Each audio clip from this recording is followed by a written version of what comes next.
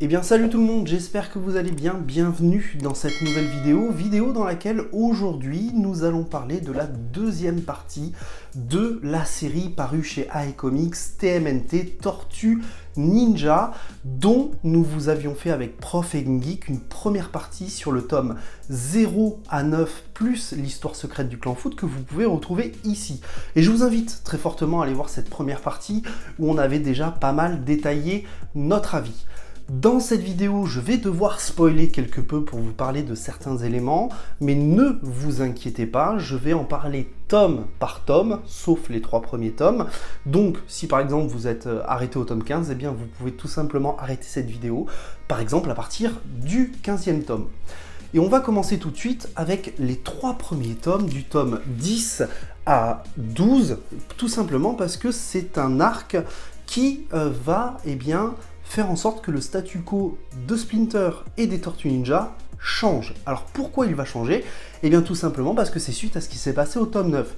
Dans le tome 9, pour rappel, Splinter a vaincu Shredder qui est désormais mort, et Splinter va reprendre le contrôle du clan foot, ce qui va générer des tensions entre les Tortues et Splinter, et ce qui va quelque peu scinder le groupe en deux, d'une certaine manière. Alors je vous avoue que ces 3 premiers tomes, qui sont la suite directe du coup du tome 9, m'ont quelque peu ennuyé. Ça m'a quelque peu ennuyé parce que je trouve que le changement de statu quo est très long à se mettre en place finalement. Je me suis ennuyé, très honnêtement, parce que j'ai trouvé les tomes beaucoup moins dynamiques, beaucoup moins rythmés, beaucoup moins dans le mood de ce que nous proposent les Tortues Ninja avec de l'humour, de l'action, etc. Et dans ces tomes, notamment, on nous propose un nouvel ennemi qui sont les fantômes des rues. Et je suis désolé de le dire, mais cet ennemi n'est pas du tout charismatique en réalité, hein. Et c'est normal parce que quand tu passes après Shredder, autant te dire que c'est très compliqué d'être un ennemi viable. Donc, ces ennemis, en fait, ils n'arrivent pas à me faire ressentir le danger. On sent bien que c'est en train de changer, d'évoluer au sein des Tortues, au sein de Splinter, qui reprend ce clan foot. Le faire durer sur 3 tomes, c'est beaucoup, je trouve, surtout quand on voit le prix d'un tome, malgré tout, parce qu'il faut le dire, hein, aujourd'hui, les comics, c'est plus donné, hein, surtout avec l'inflation. Donc ça m'embête un peu et je pense sincèrement que ça aurait pu être raccourci. Cependant, juste après, on arrive logiquement sur le tome 13. Et là, ce tome 13 me fait bien plaisir, tout simplement parce que il redynamise la série, il lui rend son dynamisme, il lui rend son rythme, il lui rend tout ce qu'on aime dans les Tortues Ninja, avec de l'humour, avec de l'action, etc. Et surtout un nouvel antagoniste qui là est très intéressant puisqu'il s'agit d'un agent de la FPT, Force de Protection Terrestre, qui va se mettre en tête de dézinguer en fait tous les Mutanimals. Voilà. Et j'ai beaucoup aimé ce tome, comme je vous l'ai dit, parce qu'il a à peu près tous les ingrédients de ce qu'on aime dans les Tortues Ninja.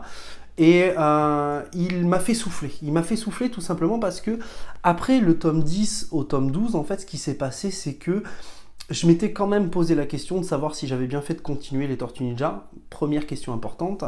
Et deuxième question que je me suis posée, c'est est-ce que finalement le tome 9 n'était pas une très bonne porte de sortie? Et je pense que si, effectivement. Je pense que c'est une très bonne porte de sortie. Mais du coup, ce qui s'est passé, c'est que ce tome 13 m'a redonné envie de continuer la série et m'a persuadé que finalement j'avais fait le bon choix. Seul point négatif à mon sens sur ce tome 13, c'est que cet agent Bishop qui débarque, qui fait partie de la FPT, qui débarque un peu au début de l'histoire, apparemment il s'est passé quelque chose dans les TMT Universe dont on n'a pas accès dans cette édition-là, et c'est ce que je trouve un petit peu dommage. Je trouve justement que le tome souffre de ça notamment. On arrive ensuite sur le 14e tome, et là ce 14e tome va nous emmener dans la dimension X où les Tortues vont devoir assurer le procès de Krang, Krang qui avait été arrêté pour différentes choses. Et encore une fois, j'aime beaucoup ce tome, voilà, toujours dynamique, rythmé, qui arrive à étayer l'univers des Tortues et son multivers qui reste relativement simple, très honnêtement comme multivers, mais qui donne beaucoup de possibilités à l'univers des Tortues Ninja, et c'est ce qu'on aime. Et puis, surtout, on apprend quelque chose d'important, c'est que Kitsune, qu'on prenait pour une sorcière, qui est décrite comme une sorcière, finalement ne l'est pas. Et en fait, fait passer Kitsune de rang de sorcière à rang de divinité. Et ça, c'est assez fort. C'est assez fort parce que du coup, eh bien, le danger, il prend un level de plus. Et c'est ce que je trouve vraiment intéressant dans ce tome.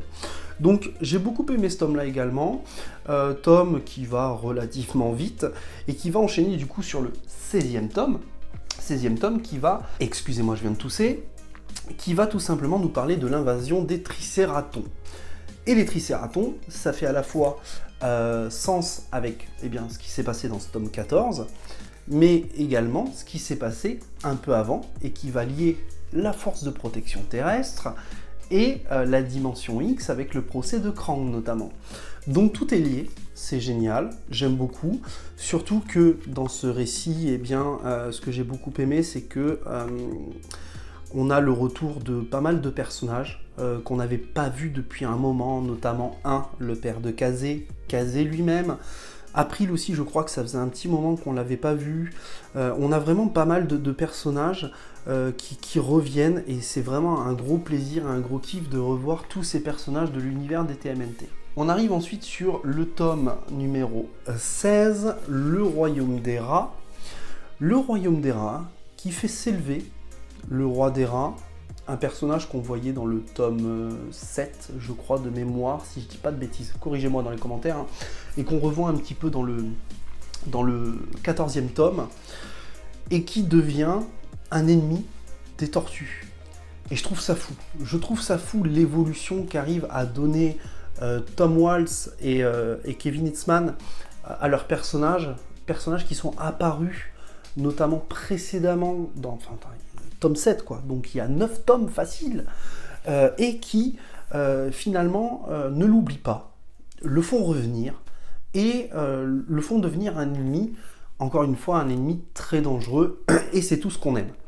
Et pour le coup, ce tome est plutôt intéressant encore une fois, puisque là, les Tortues Ninja sont un peu dépourvues face à cet ennemi qu'elles ne connaissent pas, et qu'elles ne sentent pas pouvoir vaincre en l'état actuel. Donc c'est ce que je trouve intéressant. Et puis, encore une fois, ça nous amène cette dimension divine dans la continuité des Tortues Ninja, et c'est vraiment ce que je trouve intéressant. Point que je n'aime pas du tout dans ce tome, encore une fois, c'est bien sûr que y a toujours des petits manques à droite à gauche, et on le sent vraiment à partir du tome 13 que il manque des choses dans cette édition, qu'il nous manque le TMNT Universe numéro tant, etc. Mais surtout, il y a un moment des dessins, et les dessins ça va pas du tout, quoi. Ça va pas du tout, faut que je vous les montre. Je vais essayer de vous les montrer sans vous les spoiler. C'est horrible, je suis désolé, j'aime pas du tout. En fait, ça nous donne un... Je sais même pas ce que ça donne comme sensation. On dirait un espèce de dessin animé un peu bizarre. Regardez les jambes des Tortues Ninja sur ce dessin, c'est juste horrible en fait, je trouve. Et du coup ça colle pas du tout, et ça m'a un peu fait décrocher de ma lecture, pour être très honnête. On arrive ensuite au tome suivant, le tome 17, qui est une énorme guerre cette fois, toujours avec la FPT, les Tricératons, mais également les Utroms et d'autres Mutanimals. C'est vraiment un tome qui m'a fait prendre conscience du niveau de drame qu'il peut y avoir dans cette série. Série qui à la base est relativement chill, qui est relativement fun, et c'est, je crois, le premier tome dans lequel j'ai senti vraiment le côté dramatique de ce que pouvait nous amener l'univers des Tortues Ninja.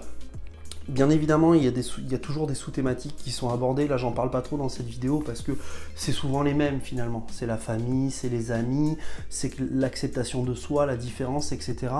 Mais en plus, ici, ce que j'aime beaucoup, c'est que les Tortues Ninja vont prendre la défense de peuples opprimés. Et on va un peu plus loin en fait dans l'exploration de ces thématiques, et c'est ce que je trouve notamment intéressant, sachant que je crois que c'est à partir de ce tome, si je dis pas de bêtises, qu'il commence à y avoir également une dimension politique, puisqu'un personnage de l'univers des tortues va vouloir devenir maire, et donc c'est pareil, encore une fois, j'ai été quelque peu surpris par ce choix scénaristique que je trouve finalement plutôt pas mal. Hein, parce que c'est vrai que la politique, les peuples opprimés, tout ça, on en parlait pas tant que ça en réalité dans les Tortues Ninja, même si on en parle déjà un petit peu parce qu'on a les Mutanimals et le clan de Old Hob qui se sentaient opprimés, mais c'était pas autant que ça, je trouve. Donc là, vraiment, gros focus sur ce récit qui, encore une fois, est très bon. Je vais pas vous répéter que c'est très dynamique, que c'est très rythmé, parce que ça l'est depuis le tome 13 en réalité, et ça bouge pas. Mais là, ça prend un cran de plus, en fait. On arrive au tome 18 qui, comme vous pouvez le voir sur la couverture, nous ramène un personnage qu'on n'avait pas vu depuis très longtemps. Et ce personnage va vouloir prendre la place de Splinter au sein du clan Foot, ce qui va notamment, comme le titre l'indique, hein, New York, ville en guerre, eh bien, déclencher une guerre. Alors, ce tome, je l'aime beaucoup, encore une fois, parce que il a beaucoup de points intéressants. Déjà le rythme, encore une fois, les thématiques utilisées, le fait de faire revenir les personnages. Depuis quelques temps aussi, on a un gros clin d'œil, je pense, à la série animée des années 90, parce que les Tortues Ninja sont en train de retaper un van. Et ça me fait extrêmement plaisir, c'est un peu... ça me réchauffe le cœur. Tu vois, c'est comme un chocolat chaud en hiver. Ça fait plaisir, ça fait du bien en fait. Et finalement, il y a un truc que j'ai pas du tout aimé, c'est qu'il y a un personnage qui apparaît, une espèce de tortue. Voilà, je peux pas vous en dire plus. C'est une espèce de tortue robot comme ça, qui apparaît de nulle part. Et encore une fois, ça me dérange. Également, autre chose qui me dérange dans ce tome, en tout cas je crois que c'est dans ce tome de mémoire, mais le personnage dont je vous ai parlé précédemment qui fait de la politique, eh bien, est abordé par Madame Nool. Et Madame Nool, en fait, eh bien, on ne la connaît pas. On ne sait pas qui elle est, on ne sait pas d'où elle sort, on sait juste qu'elle contrôle une entreprise. Voilà, ni plus ni moins. Et encore une fois, Madame Nool, en fait, on apprend qu'elle apparaît dans les TMNT Universe. Donc je trouve que ce tome, plus que les autres, souffre vraiment du manque, en fait, des séries qui sont dans les intégrales IDW et qu'on aura dans les intégrales qui vont sortir à partir du mois d'août, il me semble. Mais du coup, un peu déçu, et j'avais, à la fin de la lecture de ce tome, très très peur, très honnêtement, de ce qu'allaient nous proposer Tom Waltz et Kevin East pour la fin. Avant de vous parler de la fin de TMNT, je vais devoir vous parler de Shredder in Hell qui se lie entre le tome 18 et le tome 19. Et ça, pour moi, c'est le premier gros défaut de ce récit, c'est qu'il n'y a eu aucune communication autour de ça. Et moi qui l'ai lu à la fin du tome 15, eh ben, je me suis retrouvé comme un idiot, en fait, quand j'ai vu qu'à la fin de Shredder in Hell, on nous dit la suite dans le 19e tome. Donc, j'aurais peut-être aimé que quelque part il y ait un bandeau ou un message d'avertissement qui vous explique qu'il faut lire entre le tome 18 et le 19. Et je trouve que la communication n'est pas spécialement folle. Donc Shredder in Hell, qu'est-ce que c'est ? Eh bien, c'est le voyage initiatique de Shredder dans les enfers qui va combattre les fantômes de son passé. Et ce que j'aime beaucoup avec ce tome, qui est indispensable, hein, il faut le dire, c'est qu'il a le même niveau d'information que l'histoire secrète du clan Foot, qui est juste au-dessus de moi, et qui va nous en apprendre plus sur le passé d'Orokusaki, qui est Shredder, sur son amitié avec Splinter, sur sa relation avec son père, avec Kitsune, etc. Et j'ai beaucoup aimé. C'est un tome qui est un peu trop court à mon goût, mais qui a réussi à m'embarquer d'une part grâce aux dessins de Santoluco, ça c'est la première chose, des dessins qui sont absolument magnifiques, hein, il faut le dire, et puis le fait de voir tous ces ennemis en espèce de mode zombie, j'ai trouvé ça absolument génial, mais il y a un vrai côté poétique dans ce tome, sur la façon dont Shredder évolue en enfer. Typiquement au tout début du récit, il a son armure complète, Shredder, et en fait au fur et à mesure qu'il avance, eh bien il perd un petit peu en fait une partie de son armure, une épaulette, un avant-bras, etc. pour redevenir Orokusaki, l'humain qu'il était avant d'être Shredder. Et je trouve ça très intéressant et très intelligemment mené. Comme scénario, c'est vraiment très beau, j'ai beaucoup aimé, et je vous dis, la seule déception que j'ai ressentie vis-à-vis de ce tome, eh bien c'est tout simplement qu'on n'ait pas eu de communication sur la lecture entre le tome 18 et le tome 19. Maintenant, comme je vous le dis, ce tome, il ne se lira pas sans avoir lu la série, très clairement. Vous ne pouvez pas lire ce tome sans avoir lu la série, il aborde trop de points qu'on ne peut pas deviner et qu'on ne peut pas comprendre si on n'a pas lu la série des TMNT. Donc inutile de le lire avant de lire le tome 18, très clairement. Impossible. Impossible. Et je vous le dis encore une fois, c'est un tome qui selon moi est vraiment indispensable, donc si vous voulez comprendre tout ce qui se passe dans la série TMNT, ben, il faudra vous prendre Shredder in Hell. On va finir maintenant avec le tome 19, qui est le dernier tome de la série, et qui est donc la seconde partie de ce qui se passait dans le tome 18, donc New York, ville en guerre, mais qui est également la suite de Shredder in Hell. Je vais pas vous spoiler, je vais pas vous en raconter beaucoup plus, si ce n'est que c'est un tome qui ne nous laisse pas respirer, très clairement. Il ne nous laisse pas respirer, il y a un rythme de dingue, j'ai l'impression d'ailleurs que c'est un tome qui est beaucoup plus épais que les autres. Oh, je me fais peut-être une idée, mais il me semble pas, hein, quand même, ça a l'air un peu plus épais quand même. Il se passe plein de choses, et j'ai été relativement étonné, surpris, dans le bon sens du terme pour la fin. J'avais très peur qu'on nous laisse avec une fin ouverte, et pas du tout. On nous laisse avec une vraie fin, ce qui pour moi est un véritable plus dans cette série, qui est quand même en 19 tomes, plus le tome 0, plus l'histoire secrète du clan Foot, plus Shredder in Hell, donc 19, 20, 21, 22 tomes. Donc j'ai été très content de la fin. Fin finalement que je trouve très poétique. Clairement, encore une fois, je trouve que c'est très poétique. Depuis le tome 17, je vous l'ai dit, il y a un côté dramatique qui ne fait que monter à des niveaux qu'on n'imagine même pas dans la série, et c'est fou ce qui est fait. Donc moi j'ai beaucoup aimé cette fin. Je trouve que c'est très bien qu'on puisse laisser le choix au lecteur de finir avec ce tome et de se dire bon bah voilà, j'ai fini les Tortues Ninja, j'arrête. Et puis juste après la fin, vous avez un petit épilogue, eh bien, qui vous propose de continuer la série TMNT, et j'avoue que je suis très curieux de ce qu'on va nous proposer par la suite, parce que là il se passe tellement de choses dans ce tome dont je ne vous parlerai pas pour ne pas vous spoiler, mais j'ai très hâte de voir ce qui va se passer dans la nouvelle série des Tortues Ninja. Pour conclure, je vais donner déjà 2 points négatifs à mon sens qui sont très importants, et ensuite on va finir avec du positif.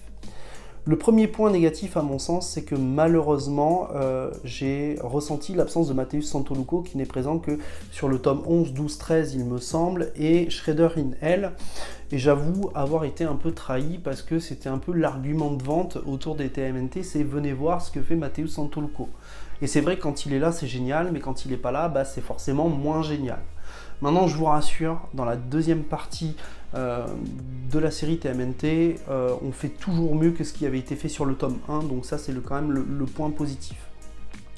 Deuxième point à mon sens qui est négatif, c'est forcément le manque d'informations liées à l'absence des TMNT Universe qui vont nous faire sentir, enfin qui vont à un moment nous faire comprendre qu'il nous manque certaines informations, et je trouve ça relativement dommage. Pour le reste, je pense que la série TMNT est une excellente série pour plusieurs raisons. La première, c'est que c'est une série relativement chill, relativement fun, qui arrive à transmettre un mood positif, une énergie positive, et je me suis rarement ennuyé dans une série de 22 tomes. D'ailleurs, c'est la première série de 22 tomes que je fais, mais surtout, je me suis rarement ennuyé, même si, comme je vous l'ai dit, il y a eu du tome 10 au tome 12, ce ventre mou qui m'a ennuyé, mais ça reste très correct. Pour le reste, je pense que c'est une série qui est adaptée déjà pour les nouveaux lecteurs qui souhaiteraient se lancer dans les comics, parce que cette série ne va pas entrecouper le lecteur par des events, et ça c'est absolument génial, il faut le dire. Mais surtout, je trouve que cette série fait mieux le taf que ce que peuvent proposer les Big Two en réalité. C'est-à-dire que l'évolution des personnages est absolument dingue. On reste sur des scénaristes qui sont là tout le long de la série, et vu l'évolution des personnages entre le tome 0 et le tome 19, c'est dingue parce qu'il y a des personnages qui ont pris des virages à 180 degrés, donc ça c'est fou. Et surtout, tous les personnages qui vont être utilisés dans la série au cours pas des 22 tomes du coup, mais au cours, je dirais, des 17-18 premiers tomes, vont toujours revenir à un moment donné et vont toujours avoir une plus-value, je trouve. Donc j'ai pris un pied monstre à lire TMNT, il faut se le dire, malgré les points négatifs que je vous ai cités. C'est une série que bien évidemment je vais recommander, et j'ai très envie de découvrir la suite des TMNT. Ouais, j'ai très envie de découvrir ce qui va nous être proposé par la suite, et on verra, on jugera au fur et à mesure. Voilà, j'espère que cette vidéo n'aura pas été trop longue, j'espère qu'elle vous aura plu. N'hésitez pas à me dire ce que vous avez pensé de la série TMNT et de sa fin, du tome 19, sans trop spoiler dans les commentaires, ce serait cool pour les autres, merci. Et puis n'hésitez pas à me dire si vous avez continué la série, si vous allez arrêter au tome 19, si vous allez prendre l'intégrale qui ressemble au format IDW, ça m'intéresse. Merci d'avoir regardé cette vidéo, prenez soin de vous et je vous dis à très vite dans une nouvelle vidéo. Ciao ciao!